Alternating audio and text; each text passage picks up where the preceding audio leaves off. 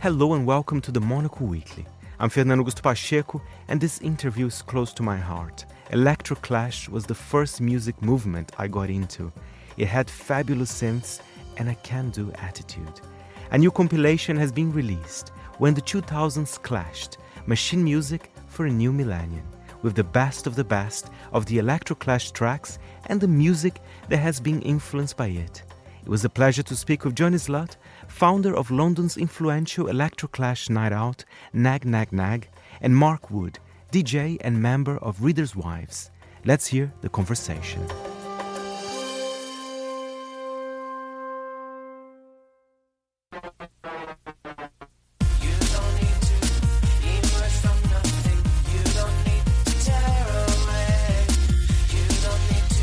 What a pleasure to talk to Jonny Slut and Mark Wood here for Monocle Radio. We're going to talk about a new compilation, When the 2000s Clashed, Machine Music for a New Millennium. And this project's very special to me. Electroclash was my first music movement when I was young.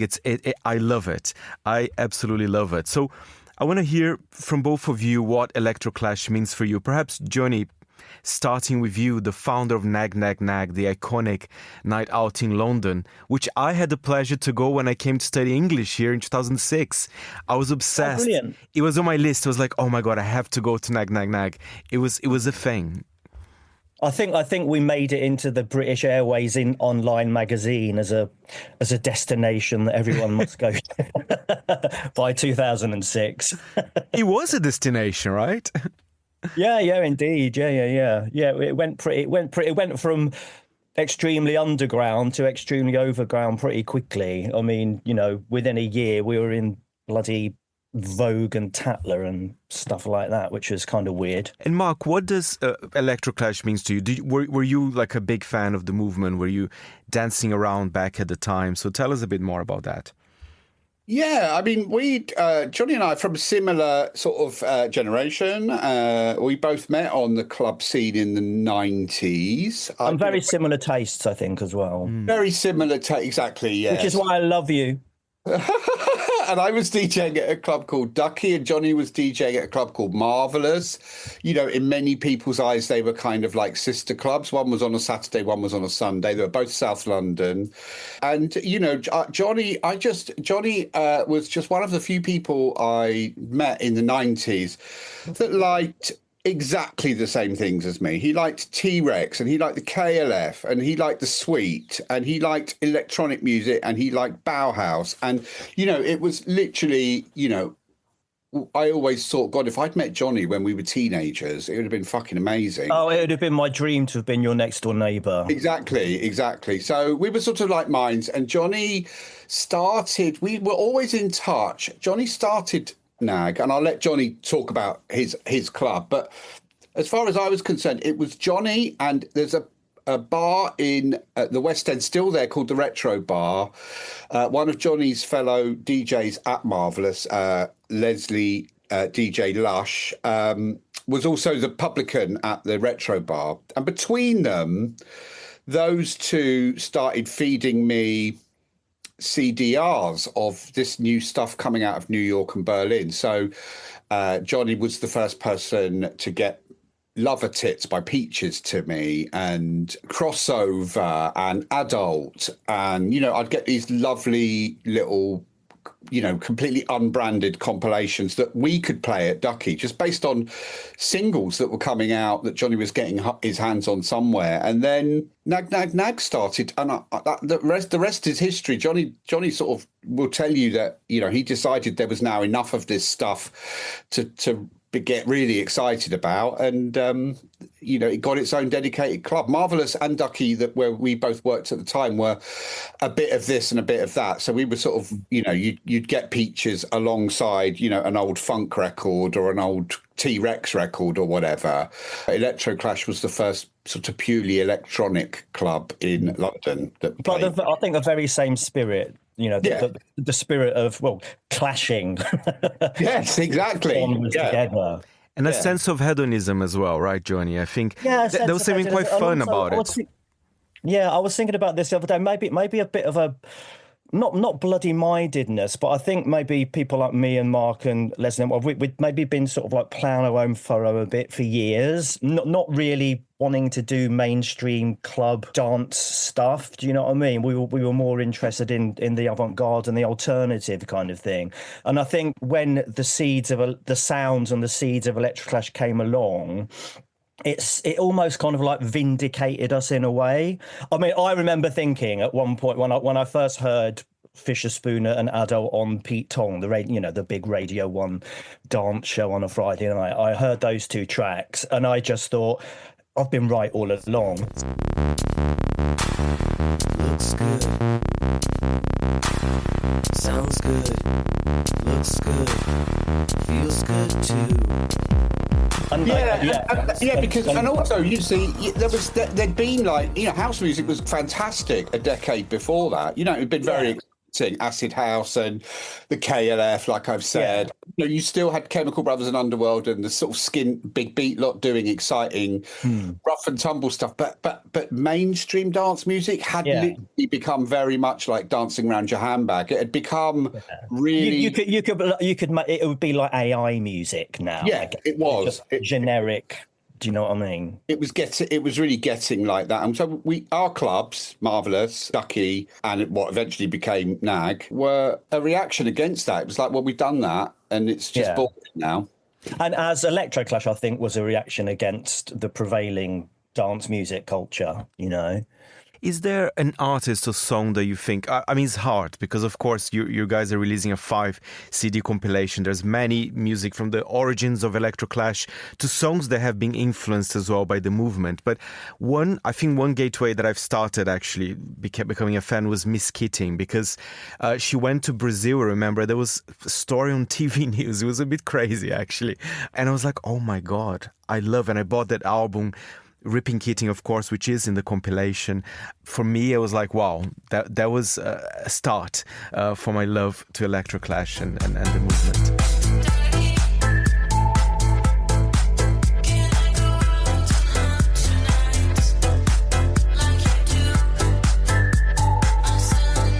Yeah, that album she did with the Hacker was definitely... Oh, yeah, Frank Sinatra and Nurse. Oh, yes. Yeah, absolutely. And Brazil, I came to Brazil, and it was. I had one of the best times of my life. It was fantastic. You guys really seemed to resonate with what was happening.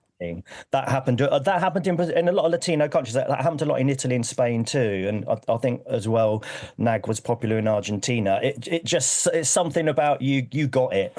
We got it. Because you guys know how to party. Yeah. Look at Bonde do Rolê, CSS, which are also in the compilation. CSS, yes. It clearly connected. I definitely very much agreed. And what about, I want to hear from both of you, the influence of electroclash, because even if you listen to the charts now, I can see the influence immediately, although, it wasn't perhaps a mainstream movement, but artists like Kylie and many others as well, even you may say Charlie XCX a little bit and many, many others. Do you see that influence very strong in today's chart? Yeah, electroclash was a little bit too early in a way, although the mainstream started copying the sounds quite quickly. If you listen to Girls Aloud's hits or Sugar Babes hits, they knew that they should be working with cutting edge producers who very often had to come from that electronic world. And there are some really good examples on the box set of people like Kylie. Her Chemical Brothers mix of Slow is one example. Obviously Goldfrapp had been a very kind of ambient sort of beautiful and they reinvented themselves. I actually hadn't been aware of Goldfrapp until the first album is more like a David Sylvian album or something like that. David Sylvian solo album, and all of a sudden along comes Train and Strict Machine, and they are a different thing. So it did feel producers like Richard X as well, and Xenomania were very much sort of tuned into the electroclash club sounds, and that Charlie record that came out last year, the Brat thing. It's just an electroclash record. Electroclash was too early. I agree. I definitely agree with that. And isn't Jonny a little bit about some sort of attitude as well, in a way? It is about the music, but it is about the way you dress. It is about, look at Avenue D, for example. I love Do I Look Like a Slut? It's a fantastic song. But there is a bit of a punk attitude to it as well, right? Absolutely, yeah, for sure. There's definitely a huge punk element to it, and a big queer element to it, electroclash as well. And of course, there were a lot of women artists that were involved. We've already talked about Miss Kitten, but there was Peaches, there was Chicks on Speed. There was a lot of. And that was very like punk too, wasn't it? It was very kind of queer and female and egalitarian, and whereas and that's what I've always loved, shouty girl bands. I was a riot girl, and I love kind of post-punk girl bands like Delta 5, Kleenex. I used to play them down at NAG. They fitted in perfectly. Yeah, perfect. Polystyrene, used to play a lot of X-Ray Specs as well. And because Electroclash was quite DIY, you didn't have to have an expensive record contract. You didn't have to work in a posh studio. And because a lot of the kids and DJs were sort of making their own clothes and running their own, making their own flyers, a lot of it just felt very much punk again. And also the sense of humour, the piss taking, the sort of, it didn't take itself too seriously. No, I mean, a lot of the lyrics are just, like as Marcus pointed out before, a lot of the lyrics are just hilarious. Yeah. Like you've already mentioned Avenue D. I love it. Yeah, and I mean, there's just so many, like the Larry T song on there cracks me up every time I hear it. And even Ladytron, their lyrics are really, really sort of arch. Who came up with the term again? Was it Larry T with Supermodel, or was DJ Howe? I'm a bit confused actually. Who who said this is electroclash? Controversial one, perhaps. Well, it's Larry T potentially. I mean, he was doing an electroclash festival, wasn't he? Yes. I mean, I think Casey Spooner has said that he used the word first because he said it's not, electronic music; it's electroclash music. I can't even remember when we started calling it electroclash. It was quite early though. Yeah. It was quite early that there were these singles, and then all of a sudden it did have a name. So it must have been one of those early dudes or girls like Casey or Larry. And the press always want a label for something as well. They need it to hang their stuff on. So one thing that I love about the project as well, because of course there was this. The early years of electroclash, he was quite, popular in some sense, but then some people were a bit sniffy about it, and it was never forgotten in a way. But I think a project like this, it's kind of giving credit to this incredible movement that it feels very close to my heart. But sometimes when you read electronic music press, I don't know, there was not much in there about it. So what do you think? Is this a way of like saying, you know what, guys, this was incredibly influential. We need to release a compilation on this. So tell us. A little bit like, look at what you missed, because, virtually everything I've ever liked, critics, there's been a consignment of critics who've sniffed at it. So from glam rock onwards, really, disco, all these things that people dismiss sort of tend to be the things that I like most. They disliked electropop in the 80s. I don't know if people felt threatened by electroclash, because it was it wasn't mainstream rock press industry, No, although that certain papers, like to their credit, the NME were pretty much behind most of these artists. Got on board really quickly, but it's difficult to remember really just how tired a lot of indie and house music had got by then. So something needed to happen for people like looking for something different. And now I want you guys to give, I know it's a bit of a difficult question, it doesn't need to be your favorite, but I wonder if you can pick each two songs that perhaps not that define the genre, but something that people should actually go and listen to. Perhaps something a bit more underground that maybe people don't know yet. Well, my favourite track on the album is possibly Pony by Vitalik. That whole EP, there was 4 tracks on it. There was You Prefer Cocaine.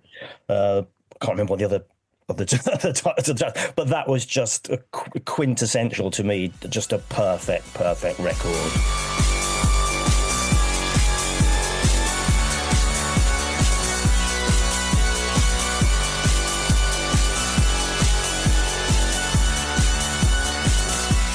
For me, there are so many, but to avoid the, vicious spooners, I think it would probably be one of the very first ones I got on a CDR, recorded onto CDR from vinyl from either Lush or Jonny. And I think it would have to be Larry T's Supermodel, because it was so funny. We're just hearing that the Pony EP was Enemy Single of the Week that 1 week. So Single of the Year. Was it Single of the Year? I think so, yeah. That's fantastic. Yeah, so I was right. I do remember right. My memory is serving me well. The Enemy were behind it. I would go for Larry T's Supermodel, because I think it is so DIY. There's screaming in it, which is always welcome in a pop. A nice bit of a coda.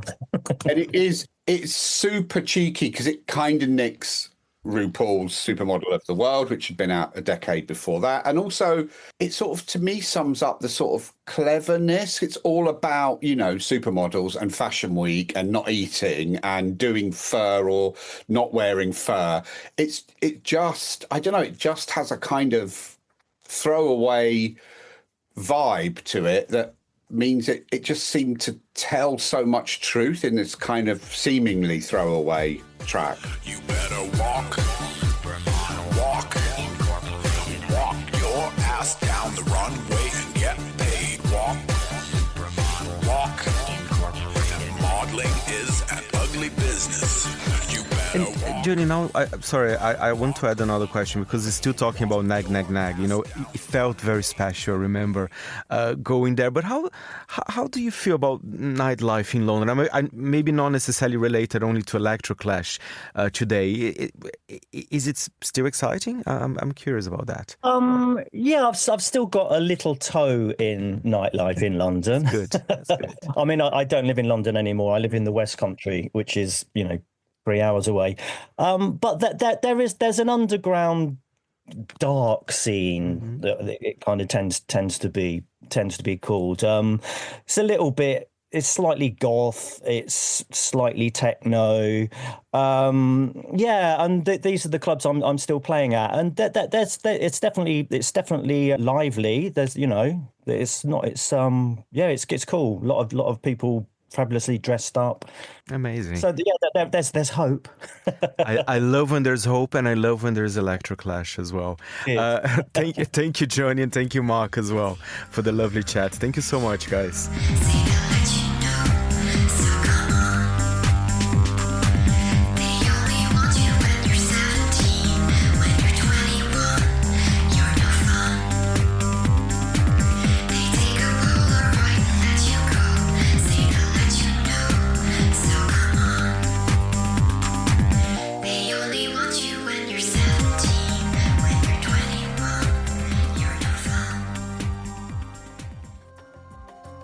Thank you very much, Jonny and Mark there.